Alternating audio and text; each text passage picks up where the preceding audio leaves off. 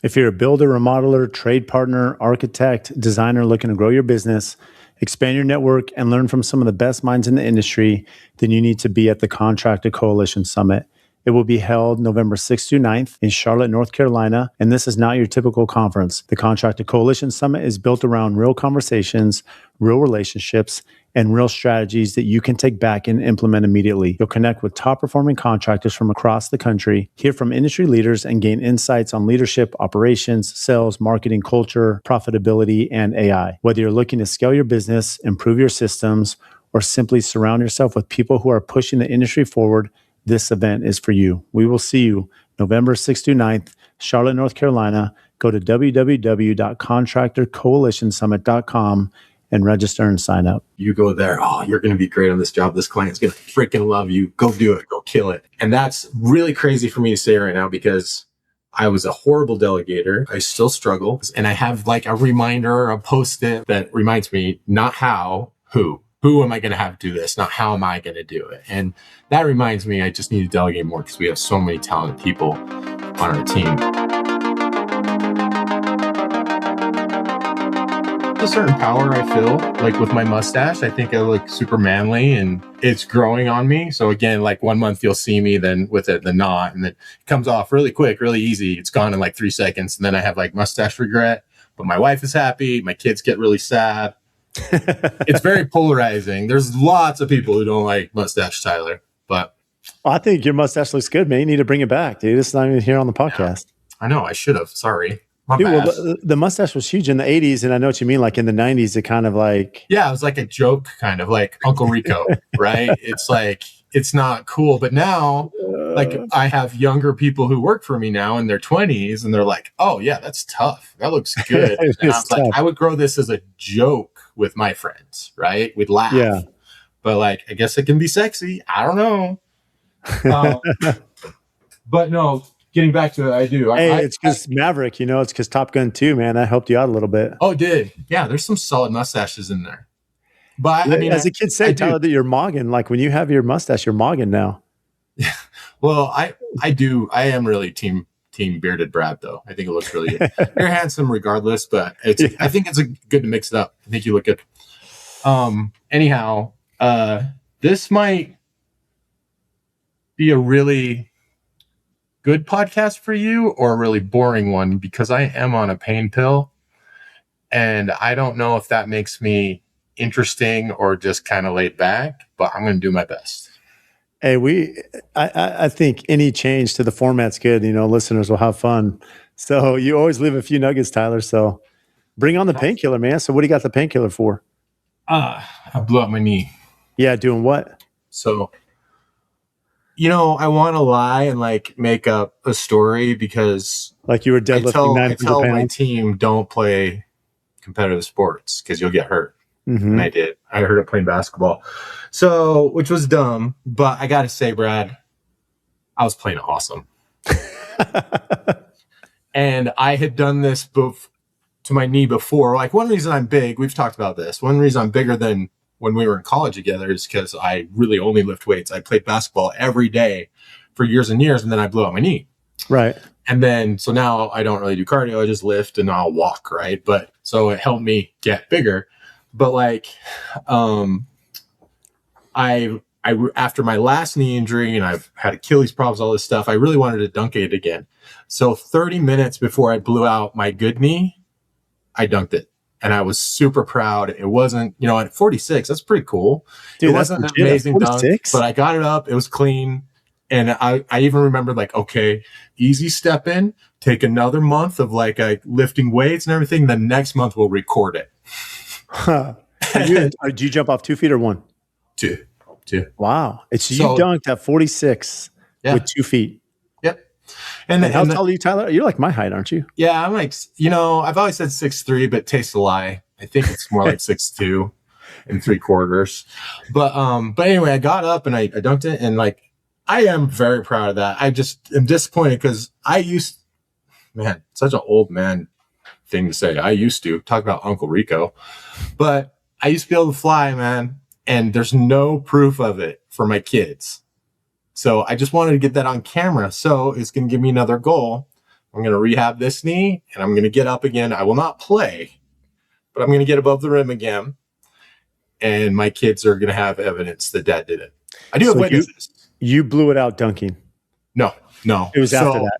The first time I heard it, yes. I didn't hurt it dunking. But no, this last time I was just dunking in between games.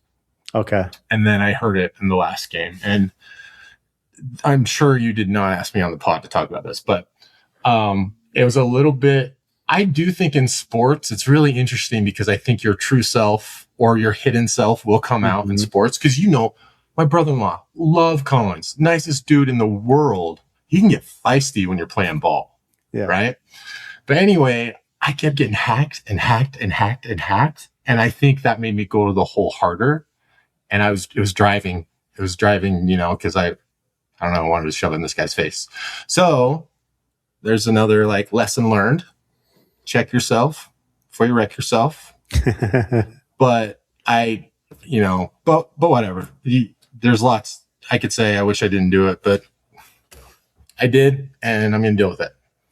So now you're on crutches and stuff. How's that affecting role as owner of Killowen? So I think it could be fine. I can still go on site. It's no secret I'm not the guy with the bags on. Yeah. So, it'll be a little trickier to be on site, but I'm mobile, got my crutches. I actually just got back from my surgeon and I'm going to have surgery tomorrow. So, there's never really a great time. No. You're just on painkiller till you go and get the surgery? Yeah. Dang, man. Yeah. So it happened on a Friday, then it was the holiday weekend. So no one's at work. Holiday weekend. So first time they were able to get me in was today. And then anyway, surgery is tomorrow. And then, I've got some really kind of critical things that are on my plate and, makes me anxious. And last time I had surgery for my face because I'm missing teeth, Brad. That's another story. I don't know if I told you how my teeth fell out, but anyway, last time I had surgery for that implant, someone should have taken my phone away because some of the gibberish I was emailing afterwards, I remember even thinking I feel fine. I can totally send this email. Absolute just garbage. So anyway, I have some pretty critical things with contracts, budgets. I am going to make my wife take my phone away tomorrow. Smart call. But, as a business owner, there's never really a good time for something like this to happen. So you just deal with it. I'll be fine. No, there's no good time for vacation. There's no good time for injury, crisis. Yeah. I mean, anything. Yeah. How's the state of the union? How are things right now for you? It's good. It's interesting that you call that because we have a State of the Union call every month. And I had that yesterday. With who? Just your team? My team. Or you build so it's a mandatory. I try and keep it 15 minutes. And it's we have our team meetings, we have project manager meetings, we have group meetings, all this stuff. But that's hey, you guys, it'd be cool if you guys knew what I was doing all day or what I've been working on. So here's what we have to look forward to the next 6 months. Here's what I've been working on. It's so the State of the Union is we have work. It's great. I'm excited. The bar keeps getting raised, which I do think is a good thing, as much as pressure it adds and stress. And what do you mean the bar's raised? I think the level of home, expectation of clients, the expectation of ourselves, the product just every year we've been in business has gotten bigger and better and more exciting. There's definitely days when you have those thoughts man, what if I just kept it really lean and I'm just building a few houses, because you get to that, that whole sweet spot of scaling of well, I'm not making that much more money to do this many more houses because I got all these other mouths to feed, the insurance, all that stuff. But I think we're in a good spot. We're still hiring and we're hiring slowly, but I am really fortunate to be in our area as far as to do what we do. I mean, your market looks awesome, but I don't know the day to day. But to do what we do, I can't think of a better spot just because of the clientele that's coming and the type of opportunities we have. There's definitely more good projects than there are good builders. So then I get that fear of missing out. That am I in the right rooms? Am I saying right to the S1s? Because there's only so many we're going to build. We want to make sure they're the right ones. No job is perfect. And so that's my kind of main role right now, is making sure Killowen's taking the right projects and we're taking care of our clients. And we could probably talk about what my day-to-day looks like as opposed to 5-6 years ago. Mm-hmm. But it's exciting and it's cool, but it's you're a problem solver always in construction. Every day you plan the best you can, and then just stuff gets thrown at you. I every once in a while I'll tell my team to okay, slow down, calm down. We have these 5 problems today. Guess what? If we weren't as good as we are, we would have 50 problems today. But we're always going to have those 5, mm-hmm. right? Or 5 to 10, or however. But that's why defining processes, your systems, your standards is, I think, so important for your people and for training them.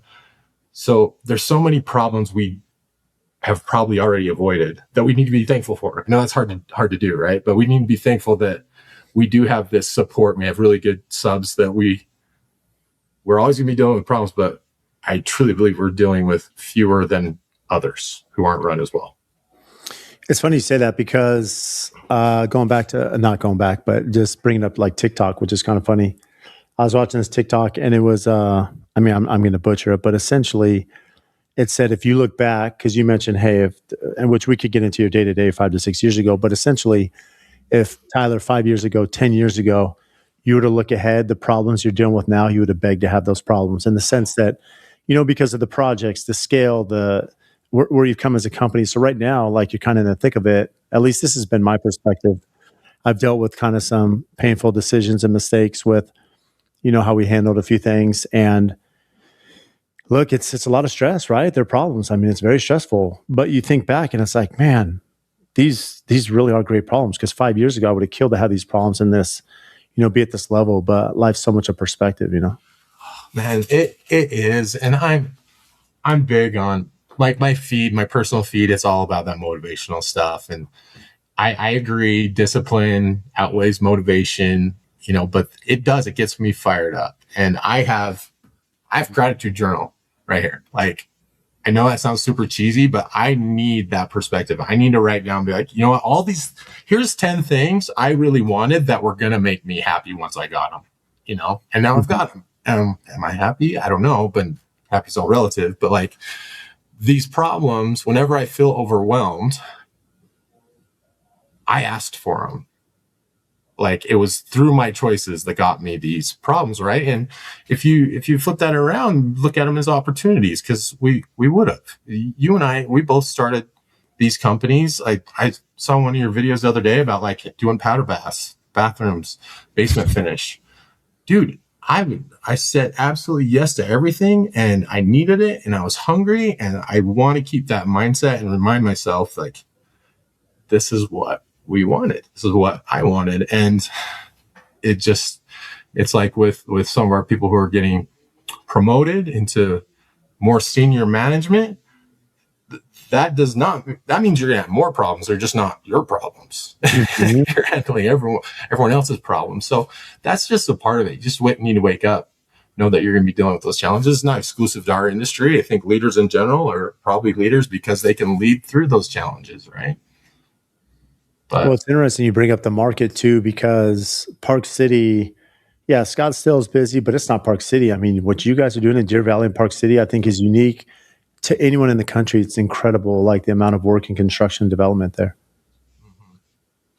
Yeah, it's exciting. And it's... How has that impacted you, though, from like a trade base? Oh, it's tough. Again, that's kind of going with expectations too, because supply and demand, the pricing is more expensive. It's so expensive to build a home now. I mean, we're planning our own home in the next few years, and I do this every day, and I'm a home builder. I'm like, man, this is expensive. Yeah. Right? So it's affected pricing, absolutely. And the challenge that builders have is getting the subs, because at that price point, to perform in a satisfactory way at that price point too. Because there's drywall's, for example, been a really hard one my entire career, because it depends on which crew they bring. Sometimes they knock it out of the park, sometimes they don't. And I have my main drywall guy right now, Scott.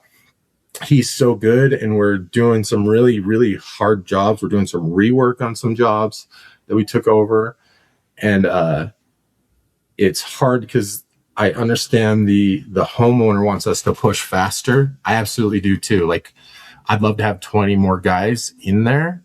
It's, it's a regular detail flush baseboard.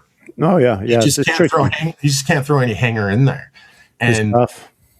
my poor project manager, like, he understands the pressure we're on to, like, get going faster. Like, we got to do this. Like, they're paying a lot of money for this, but we can really only have 6 guys in there because those are the only ones that are qualified, or else we're going to be redoing it. And I understand the homeowner's perspective. Like, we need to go quicker.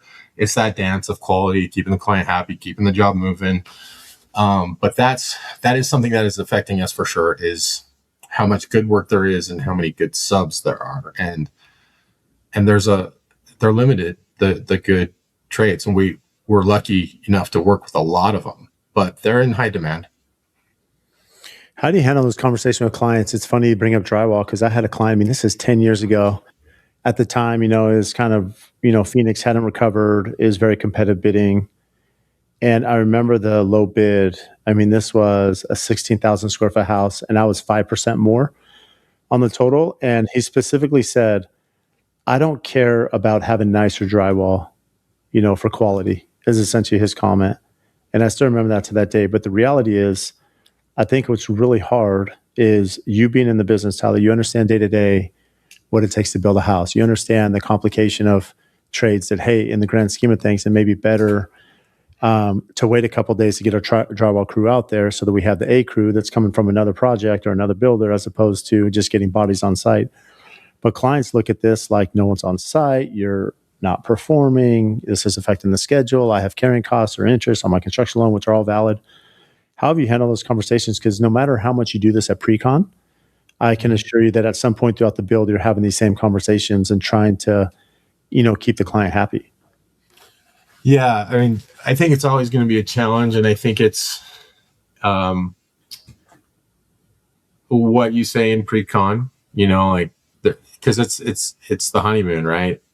The money's all still there. You haven't had any budget problems, oh yeah, I just want you to do a good job, all that stuff. But every project's going to have those days where either I'm frustrated or the homeowner's frustrated or whatever. I think I do think I do a pretty good job of, like, that public relations part with my homeowner, being like, hey, I understand, I'm listening, I hear you, I understand why that would be frustrating, without giving you a bunch of excuses. Here's what I think is happening, and it's worth considering.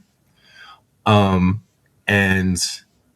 we usually get to a good spot, and sometimes it is, we'll push a little bit harder, but we really can't compromise the overall project. And we usually get to that, that understanding together. But there are some times where, I've conceded and be like, all right, we need another crew in here, because it's just, I kind of agree, it's going kind of slow, and we could maybe think outside the box a little bit. But there's, you run in that, you see that with the parade homes. I know you tour the parade up here sometimes, and Yeah. you can see the ones that get rushed. Yeah. And our name's on it. It's important to us. It's, I mean, there's battles that I'll concede occasionally if it's not going to really hurt the project. We're going to get going. We have one right now that's supposed to finish in like 3 or 4 weeks. I would love 6 weeks. And the reason is, I just would like it to have a lighter punch list, and I would like it to be tighter and cleaner, because we are going to be in a rush. And the homeowner said, absolutely not. I'm coming in that day. And contractually, I would be fine to just tell her no and all that stuff. And again, it's kind of pick your battles. But, like, we want to make her happy. We want her to enjoy it. This one, it turns out they won't be here for a long time afterwards, but they just needed to get some stuff in. Anyway, we're going to make it work. And I do, with my team too, sometimes I don't want them to feel like their boss is a pushover, that I'm not just being a yes man because I'm afraid of people getting mad at me.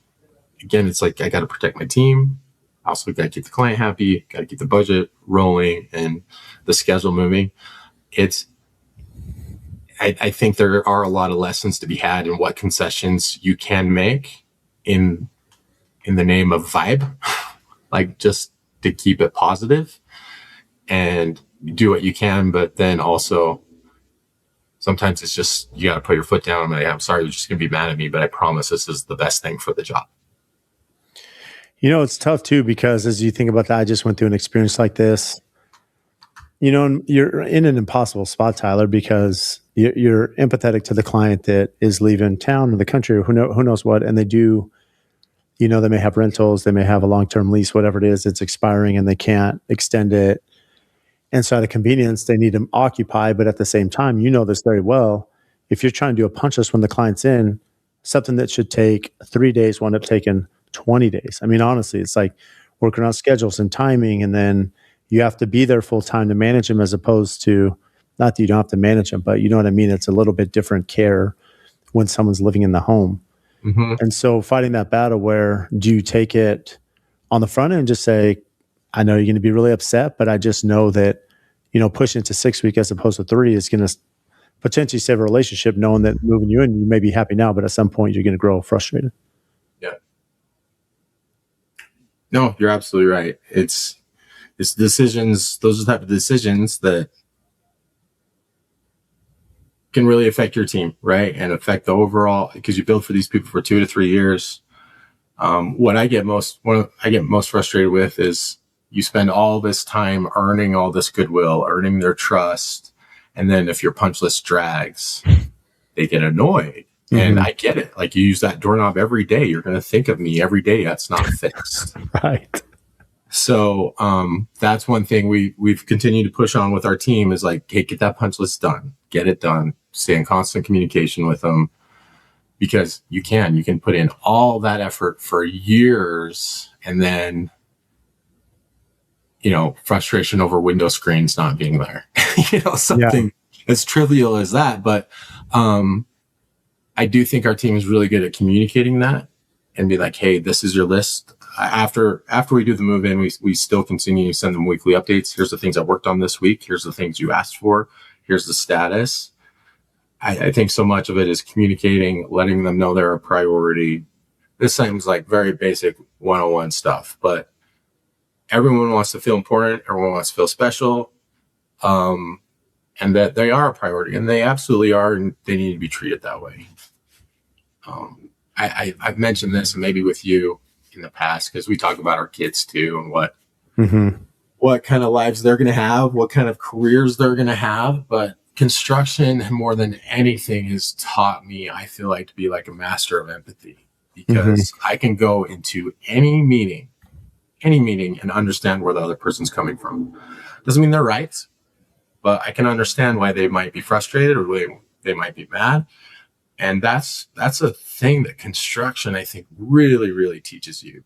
And I don't know if my kids, if I want to be in construction, but it's totally up to them. But they will have a job in construction in their life, so they can see one of these beautiful things that these successful people can afford and live in that way. If things work out for you and you work hard and you're successful, but also on the other end, you can see the guys building this home.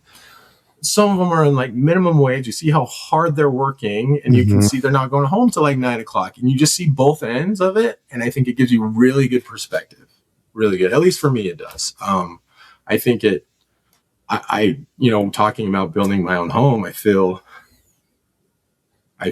very grateful that I'll probably be able to do that, but also kind of like I don't deserve it, but like it's a really interesting field that way, building for whatever you want to call the 1%. And it's, the blue collar workers working on that home. And there's something, I don't even know if I should mention this, because it's just such a a new idea that I don't know how to accomplish. But one thing that really bothers me about my company in general is I have all these talented builders in my company. Not all of them own a home, and that bothers me.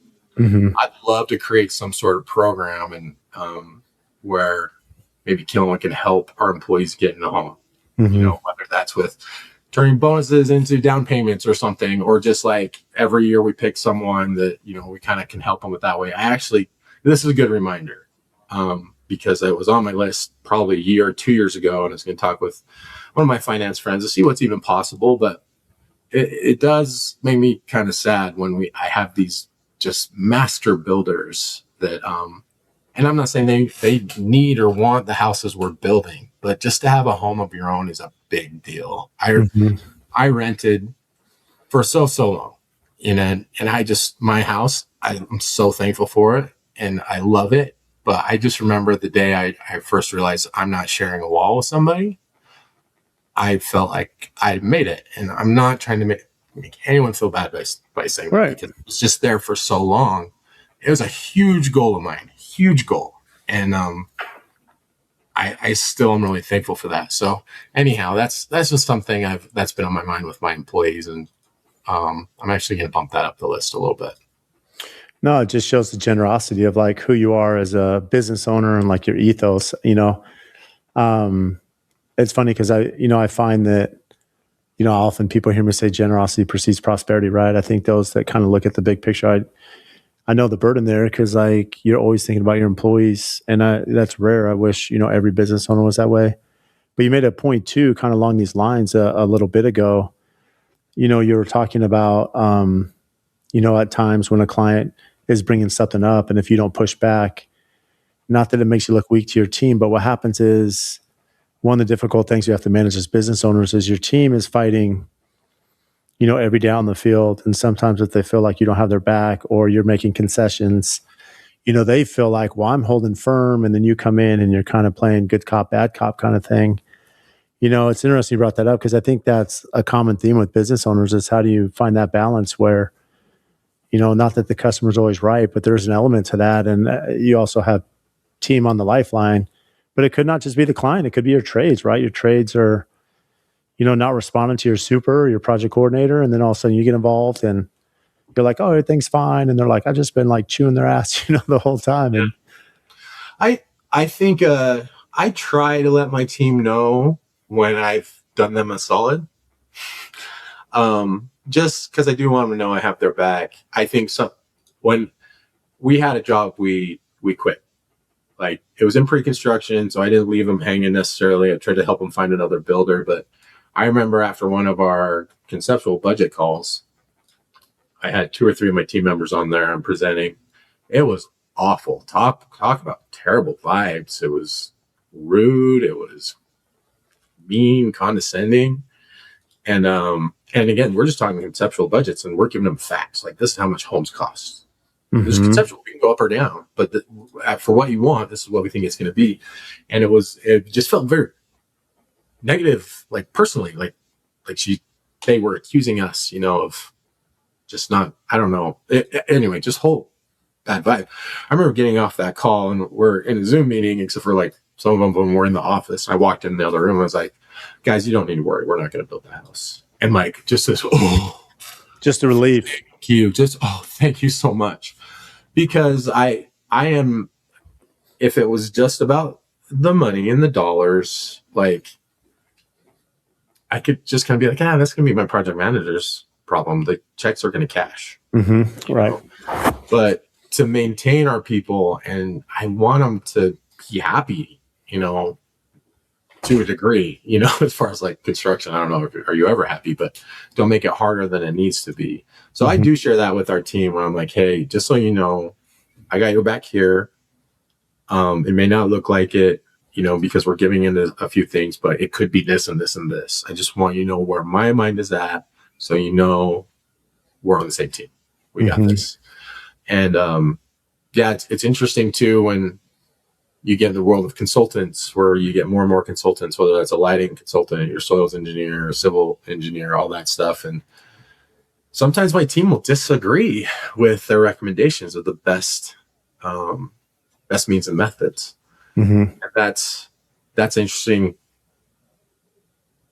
situation and conversation too, because we're like, hey, we've hired these consultants because they're professionals, but if we disagree, how do we get to that point where we feel comfortable building it if we think that they're not taking this situation seriously enough, listening to the guys in the field who have dealt with this issue in the past? Mm-hmm. And again, you have to kind of look at it, go, okay, I think everyone here wants the home to be a success. We don't want the problem. So let's try and take our egos out of it.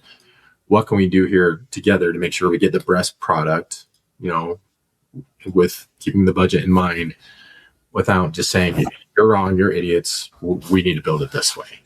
And I'm running into more and more of that because these more specialized homes, we're having more and more consultants, which I think is great. Mm-hmm. I'm a general contractor. I generally know about a lot of things, but I am not that absolute professional when we're talking about expensive soil, Mm-hmm. clay, stuff like that. So it's interesting. And it's just kind of one of those things that you didn't think were going to be a problem. And I don't know, maybe problem's the wrong word, or a challenge, an obstacle that you need to get through and communicate properly and just make sure everyone is on the same page and want to get the best product for the homeowner. What's interesting is you mentioned that, your role from 5 to, 6 years ago to today, what does that look like? How has it changed? Are there different systems you've implemented that have, helped scale the business, help change your role? Yeah. So, I think let's go farther back, because I think Killowen's on year like 12 or 13. What year are you? I started AFT 2013. Okay. So we're similar. You're in year 13 then. Yeah, I'm on year 13. Yeah. Yeah. So, I didn't hire anyone until like 5 years in. So I think like 2018 was when I got my first employee.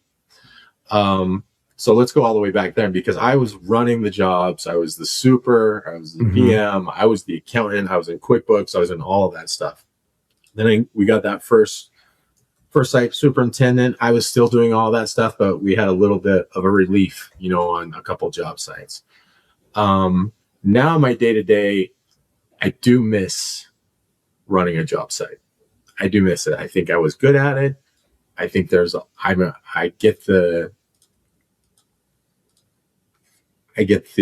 endorphins when you check off a list? Endorphins, yeah. I get that high when I'm just checking stuff off all day and making progress. And that's why I didn't really love, the law field, is because I had a hard time checking off my progress. But in construction on a job site, I got these 18 things done today, kicking butt. And I miss that, and I miss running the jobs. However, I am better at what I'm doing now. And that is, and that's is it better, or is it better for the company? Maybe both. We're building better homes now than when it was just me. Absolutely. And that's a combination of kind of like, we have bigger budgets now than when it was just me. And we've learned so much more. And we have I call them builders in my company. We have builders in our company that I think are way more technical than me and understand waterproofing and flashing details better than me. That doesn't mean I know nothing and that I'm not trying to learn, but I love that we have a really deep bench with a lot of knowledge.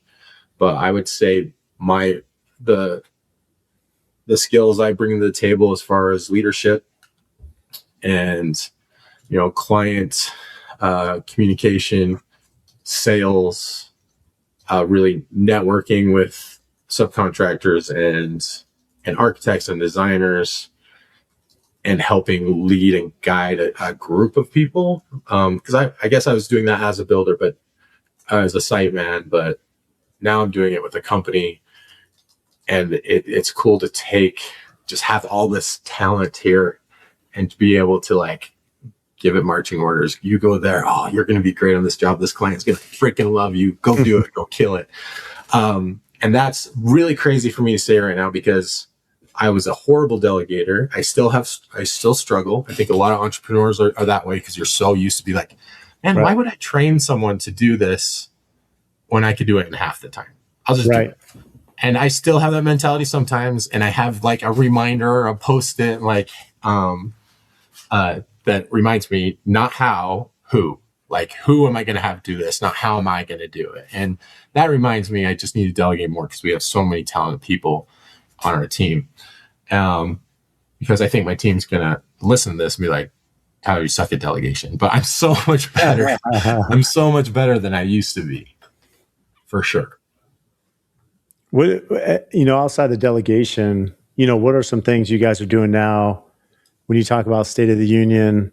I mean, one of the values of that is, as to your point, you're painting the vision. I think, for people in the field, and I know this, I just remember being an employee, and keep in mind, this is, 2008, 9, 10, it's the recession. And you're just like, do I have a job tomorrow? Like, what do we have upcoming? Where am I going next? I mean, every employee is going to ask that to some extent, no matter how busy or slow the economy is, or maybe it's you're too busy and it's like, hey, I'm drowning. Is Tyler going to throw another job on me? How do you feel that State of the Union has like just kept morale up for everybody? I think it's good. I mean, I think as an employee, I would definitely want to know what's coming up. I'd probably be bothering me more if I had a job like that was wrapping up in 3 months. Be like, where do you think I'm going to go next? Where do you think I'm going to go? Like, and I would probably be hounding me about that. So I think it's important for them to know we have cool work coming up. Some of the things that I think we're doing better at that we're focusing on now is something I wasn't great at or haven't been historically good at is advancing people in their careers within my company, like telling them how. And it's kind of hard because the people who have, I think, succeeded the quickest and had success the quickest and been kind of moved up the ranks the fastest have just been people who are like, obviously are removing some of my burden, who are like just kicking butt, like, oh man, they do what they're supposed to do, or I don't have to remind them. They're taking this off my list. They're being proactive that way. And so that is a way that, I've seen people advance in our company. However, we have, some younger people on our team or just people who are in the middle of their careers or people who are like in their prime of their money-making ability, right? They're in their late 30s, early 40s. That's like when, kind of your prime is. We're doing a way better job, I think, at performance reviews, standardizing how we do it, as opposed to like, hey, just come talk to Tyler. If he likes you, he'll give you more money. Because it's really not fair to me to have a performance review or to them with someone I'm not working with every day. Because I am an emotional guy. I make a lot of decisions off my emotions, and I want them all to make a ton of money. And like sometimes it's like, man, I really, really like you. You need to be making more, all this stuff. But like, we need to understand how you get there and what are the key elements they need to be good at in order to get that raise, or how you progress from an assistant to being, I am comfortable with you running a job site now. So we're standardizing a lot of that. And I came from commercial, as I believe you did as well. And one thing I hated about it was how corporate it felt and bureaucratic. However, I understand it a lot more now. That doesn't mean we have to be exactly like that, but the processes and procedures are really important for a company like ours. I don't know what you want to set the revenue threshold at, but we're 30s, 40 million a year, whatever. But like, I think once you pass a certain number of employees or a certain threshold, say 10 million or whatever, like you can't ride by the seat of your pants anymore. This is why someone would pick Killowen, because we build houses this way. Here is our process. Here are the things we check off. Here are our non-negotiables. Those things that are solving problems we don't even know are problems because we solved them already. And we're always learning. We're always learning stuff to add to that checklist. Our phased checklist of all the things we need to look at and do better at. So we're getting whether I doubt I would ever sell Killowen, right? If someone wanted to buy it. But man, I think anyone who owns a company should have a goal of having a company that someone would want to buy. That means it runs that well that someone would want to buy it to make them money, right? So I would love it to run in a way that it doesn't necessarily need me. It needs probably someone in my position, but it doesn't have to be specifically Tyler. Well, to do that, what's amazing is that's where the true valuation is, right? I mean, if you get to the company where, hey, Tyler goes off on a safari vacation with his family for 6 months, what does the company look like when you get back? And if that company's still flourishing, you have backlog, sales are good, that's really the epitome of scaling a business, right? And so, Yeah. like, some people think scaling is just revenue, which sure, that's part of it. But I think more than anything, it's, systems and operation and organization, whether you're 2 people or 20. What advice would you give to other builders? Because you're probably like me, Tyler, where you started, doing a bathroom, doing a remodel, anything you could get. So now you're doing some of the most incredible projects, in the country. Um, what advice do you have for someone to scale their business to be in a position where there is value in the company outside of just, Tyler Farrell? Mm-hmm. I think a little bit. Sorry, I'm like hugging my crutch. I know. It's like it's your safety blanket. I know. I know you're not the biggest fan of public speaking, but you're rocking it, dude. Yeah. So that's a great question, because I was asked to be on a panel at IBS about scaling. And I think first you need to decide what you want to be. If you want to still just run job sites, you might hate my job. Mm-hmm. Right? That's a look in the mirror type conversation with yourself. Like, what do I want my day-to-day to be? And really look at your strengths. Maybe ask other people, hey, what do you think my strengths are? What do you think my weaknesses are? I think you have to be really humble enough to acknowledge where you might suck. Mm-hmm. and I feel like I do that. I do take feedback and critique. I've got an ego, and I know when I first receive it, I get really defensive, and I'm just like, oh, you don't know why I'm that way. But I also am willing to reflect on it and think about, oh, they said this for a reason. Is it fair? I think knowing yourself is a really, really important of deciding how your company can scale, like where you see your role in that company. Now, as far as actually scaling and getting more work, I wish I had networked with designers and architects way before I did. Mm-hmm. Start doing that, because that really helped us take off. I mean, I know you've worked with Shay, but we doing our house. So it wasn't necessarily being on the show, but it was when we were working with really good designers, it really opened up the amount of great work that was available to us. So networking with those architects, designers, you and I see you at these events, you and I get to go to these really cool events where like the talent in the room is astounding. Right. And I don't know about you, but I kind of get this imposter syndrome. Like, I can't believe I'm actually in this room with these people. But I'm like, oh yeah, no, I'm a badass too. It's fine. But it's really cool. And that's where, you find teams that have the same core values as your company, and you can kind of link up. And it's really cool when you get those, like, oh, we built this house with this architect, this designer, we knocked it out of the park. We're happy to do it for you, and you get more and more referrals that way just by networking with those people. And I think I owe a lot of our success to how the teams we've networked with and we've decided to work with. I love that. It's funny because, and this is a pitch for interior designers too. I can't tell you how many times I know you and I kind of share the same philosophy, Tyler, because you've spoken at Design Camp. I have. I think they've alternated between us two for a while. But, a lot of builders just have this like negative view of design and even architecture. And, they're going to drive the costs. They're going to create more work. They just don't understand my job or whatever it is. I mean, I've heard it all.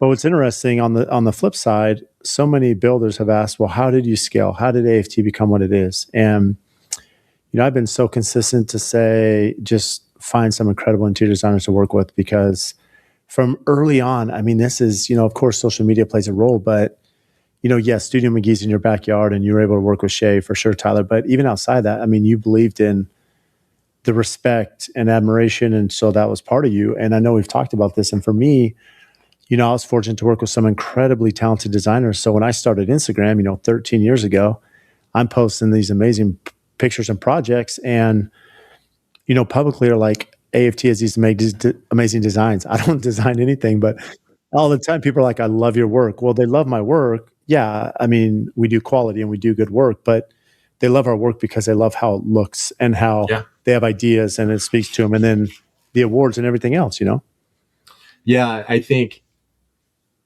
you got it right on, because I remember kind of our history of like social media, what our posts were like and what they've evolved to.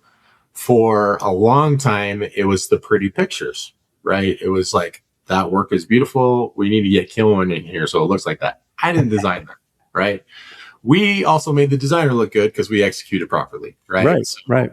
I'm not going to say we're not a part of that, but like when they're asking me paint colors, I'm like, I don't know. I have to go look it up. I'm colorblind, dude. Don't be asking me. Yeah. So anyhow, that's true. And then it was interesting, at least with our page. I'd have to go back and look at the numbers now, but for a long time it was like the demographic, because with a business account you can pull up, who's following you, right? Yeah. Like, and what they're liking.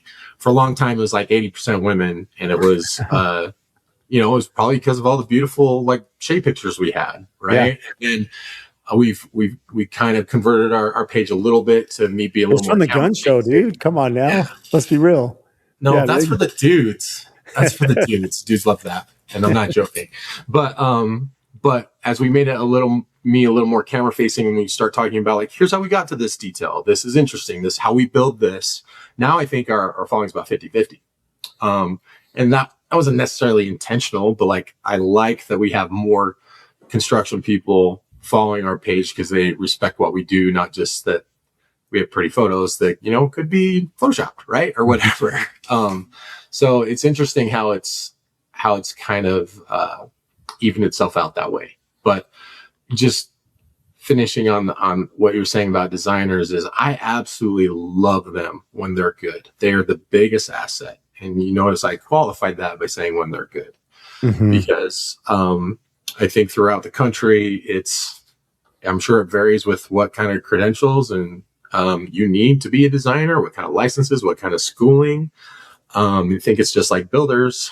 There's designers out there who aren't very good, and they see what other designers are charging and be like, oh, I'll charge that. And then you're not getting the same amount of professionalism or your build book, your design packet. It just isn't quite there. So when they're professional and timely with responses, communicate well, absolutely our best friends. And I do tell our clients now that, hey, if you haven't picked a designer yet and you're interviewing one we haven't worked with, this is going to sound so bratty, but please let me interview them. I promise it's for the best for the project, because I want to make sure what they're charging you, we're actually getting what we need. Because if they're not getting it, I'm going to have to figure it out.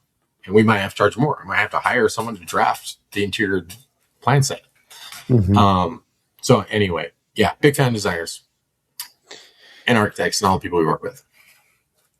Yeah, it's interesting. I mean, you mentioned the point good designers and good contractors, but but at the core, I'm always a fan. We had a project where kind of very similar. The client was looking at a designer I'd never worked with, and it was pretty neat. The client was actually like, hey, Brad, why don't you interview him and let us know your opinion? And I interviewed him, and of course you get down to the nitty and gritty, like, let me see your design book and what you give us, the builder, to work from. And I called them. I'm like, they're a slam dunk. Like, we never worked together, but, we hit it off. And, because really at the core, I mean, look, our business have to integrate too. And you create this team element for the client. So you have to make sure that, communication and processes, and even something as simple as, what vendors do you use? What tile companies, manufacturer are you using, Tyler? Windows. Who are you going to for fireplaces and appliances? Like all these little things. When there's coordination, one, it's going to help you from a schedule perspective, and number two, budget. Because no matter what clientele level we have, no matter what anyone thinks from the outside, you and I are still fighting that budget conversation every time. Well, I think it's another positive that we haven't mentioned is sometimes like. You see this with owners reps too. I don't know how often you work with owners reps. Yeah, I love owners reps, honestly. We're starting to do it more and more. I'm never going to lie to my clients. Okay. So when I'm giving them like, hey, it's going to cost this much for this countertop package or whatever, it's actually really nice to have another professional validate that. Be like, yeah, he's not messing with you. That's actually how much that costs. Like, it's just good to have, and it's good to have intelligent, professional, experienced peers in the industry to validate what you're saying. However, if I'm wrong, I want to know. And they're like, oh, actually, we did this and it was so-and-so, and I'm willing to learn. Absolutely. But again, with owners reps, designers, architects, it's really cool to have people kind of have your back, because again, I'm not going to lie to the client. Mm-hmm. We're talking about like, hey, you want this type of detail, you want this type of home, it's going to be X per foot. And where you can get in trouble if someone's not experienced or coming from a different market and be like, you know what, Tyler's full of crap. I bet you someone could build that for $500 a foot less. I'm like, well, okay, well, show me a finished house that is that price. Please show me. I'd love to see it. So anyhow, just another reason, architects, designers, owners reps, I'm into it. I think as long as, and all of those, builders included, can be bad. Can be a pain in the butt, can throw like, a nail in the tire. But if you find teams that like really want the success of the project, you can usually come to terms and figure it out together. Going back to when you're speaking about performance reviews, have you found a good, avenue to do reviews, to do bonus structure? Maybe. So it's been hard. I've asked a lot of builders and about like how they do it. It's really hard to bonus, say, a project manager based on things you can measure completely. Because we could go look at like, okay, you're keeping your schedule up to date, you're doing your daily logs, or you're doing your weekly updates. Yeah, there's some KPIs. Stuff that I kind of just don't think you should be bonus for, because that's your job. Right. So do your job. I did have, but an extra $50 for doing that. It might motivate some people, but I've kind of steered away from that. And I'm looking more into a profit sharing bonus structure that's tiered, and it's new, where you work here long enough, you get some tenure, then you're going to qualify for some profit sharing, something that someone could shoot for, a goal for someone. But as far as performance reviews, we don't have all those like KPIs that you mentioned completely done. But for the other people who aren't getting profit sharing, we're trying to dial in that review process as far as like, what can you do better? What did you accomplish this quarter? All that. And the bonus is still somewhat subjective, but based on a percentage of what their salary is. Like, okay, here's what you're being paid to do. This is for, I don't want to say adequate work. This is for good work. For absolutely excellent work, you could make another X percent on top of your salary that we will go over. And that's at least how we're doing it right now. Yeah, it's so tough. It's funny, all the conversations you have about, to figure out a good structure, because it's so, you're like me. I mean, you don't have a project that starts January 1st and finishes December 31st. I mean, these projects, I'm sure for you too, especially with some of the more complexity, I mean, these are 2-3 year builds. So, and so many of them lay over, it's hard from year to year to know where you're at project wise, from a profitability side. And I think, again, we're trying to dial in our specific job costing so we can see which jobs are more profitable and try and figure out why that is. Was it because I set up the contract a different way, or is it because they built it faster, or there were less mistakes? But when I say it's hard to measure a project manager based on just the measurable things, is like, how do you measure that the client freaking loves them and that they're kind to their subs and their subs respect them and they'll call them back? Those are hard things to check off the list. Be like, oh yeah, it's another $75 for you. So again, that's why it's a little bit more subjective, and just like, a little bit is, I see the kind of burden they're relieving from me. That's worth money to me. I'm like, yeah, you're going to get a little bit more this quarter because you took on that. And I didn't want to do that. Right. So that's kind of how it is now. And I hope it's fair, and I hope they appreciate it and like it, but it's always evolving. Trying to do better. Always just trying to do better for the company, do better for our client, do better for our employees. Always. Well, I know you're a fellow Build a Trend guy. What is Build a Trend doing? How are you using Build a Trend to be more efficient? So I think I really like what they've done with kind of listening to us with kind of the budget presentation, the job costing, something as simple as purchase orders, just keeping our finance team dialed in with the purchase order system. Our checklist is a big one. And I probably said this on your podcast before, but we have 72, 74 checklists that we go out through different phases of the job and we check all these off, and we just can keep adding those to our builder trend database. And it's something I don't know, Brad, I could talk to you about it because everyone respects you so much and just does whatever you say. But I don't know about that, man. But maybe we could monetize that somehow. People have asked me to give out these checklists, and I'm sorry, the answer is no. Mm-hmm. It's no. Like, we can't. It's so much work we put into, and it's not because I'm greedy or whatever, but it's like, I don't know, it's proprietary information. You know, it's like, it's our blood, sweat, and tears. We paid maybe $20,000 for that item on that checklist because we screwed it up. Yeah, no. I don't know. We could maybe we'll come together at the end of our careers, Brad, and just like let all the secrets go and publish the ebook. Look, I'll give you one funny story for what it's worth. There's a builder here, JD Dwyer with Sticks and Bricks. He's a good friend of mine. And I remember, look, he's a pretty open guy. You and I are open people to an extent, right? Because the reality is, yes, we're big proponents of elevate the industry.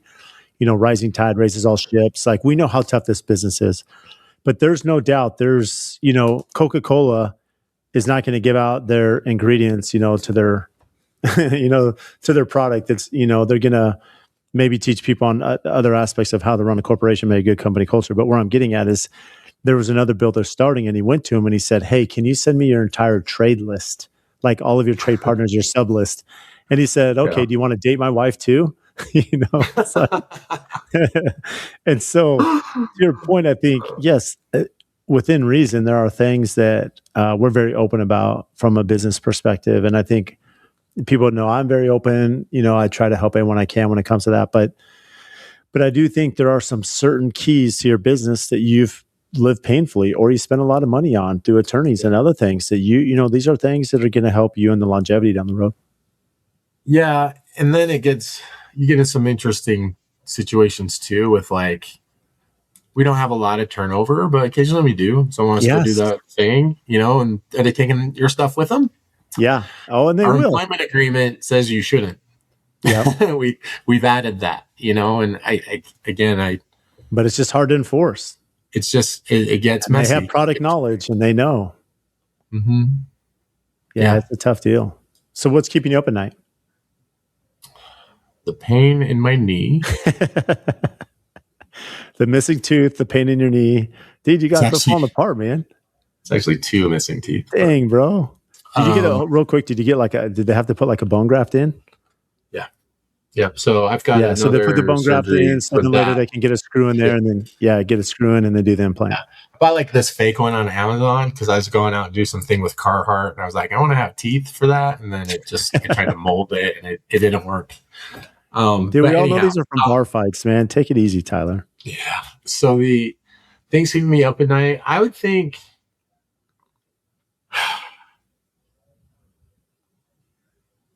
thinking about my employees, good and bad. Am I putting it in the right spot? Am I doing right by them? Are they happy? Is this a good place to work? And that goes into our clients, are they happy with us? Are we doing a good job for them? Cash flow, normal business stuff, right? Normal business stuff. And then when I get really into my midlife crisis checklist, I start thinking about my kids and if I'm being a good dad and if I'm being a good husband, all that stuff. So it's all the things that, I think if you're trying to be a good man, that it's okay to worry about it. I do have anxiety and stress, but I also think that's a bit of a superpower of mine because I'm thinking about it, because I care. I really, really, really care. And I think that does come through to our clients, whether I make the right decision or not. I think a lot of our clients be like, man, I know he really cares. I know he's going to do his best for me, even though he screwed this up, whatever. None of us are perfect. I would say those items keep me up the most. And just thinking about our clients, if someone's unhappy and what I can do to make it better. And just the whole psychology and dynamics of our industry is crazy. It's tough, man. It's just, Yeah. as we close this, it's funny, Tyler, because you're talking about being a builder's made you more empathetic. And I just, kind of like you, and when I talk to you, it's like, how you doing, Tyler? And you and I will text each other offline. You doing okay? Just because it's tough, man. I think, for those that are in the business, you just understand, what that means. It's a tough deal, Yeah. It's definitely a weight to it. It's not for everybody. I don't know if there's anything I would be better at. Right. Because I do think I'm good at it. And I've mentioned happy a few times on this. I don't think the pursuit of life is actually to be happy necessarily, but that's getting way a little too philosophical for this. But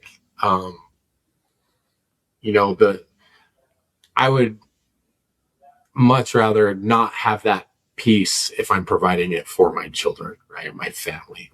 I don't think I need to be at peace to be happy. I think oddly enough, that makes me a little bit happier when I accept that. I'm not just meant to be laughing and having a great time all the time. Right. I'm meant to build and to build homes, build companies, build people. And that is a hard thing to do. And I don't think everyone can do it. And that's a pretty cool calling. So anyhow, it's definitely not for the faint of heart. I do get jealous and envious of people like the Curious Builder who seems so thrilled with life all the time and happy. I'm like, man, how would it be? And my wife sitting on the couch is so different from me. Yeah. She's sitting there, watching the show or something and just looks so content and happy. And I'm like, how dare you just not be an absolute mess up here all the time? And I love that about her. I'm so happy she has that, and I hope my kids get that from her. But I'm just a freaking demolition derby up there. Oh, the joys of running a construction business, man. We totally agree. Well, hopefully we had an amazing event with Builder Trend Nashville. I think they're going to do one in Scottsdale. So Cool. Maybe we'll see you on the flip side. But Tyler, appreciate coming on the podcast and the friendship, man. You're a good man. So thank you. Always good to talk to you, man. You're one of the good ones, man. You inspire. I always tell people, I know Brad. That gives me some street cred. Yeah. Okay. Well, thanks, man. You're the best. We'll see you, Tyler. Okay. All right. Thanks, Brad.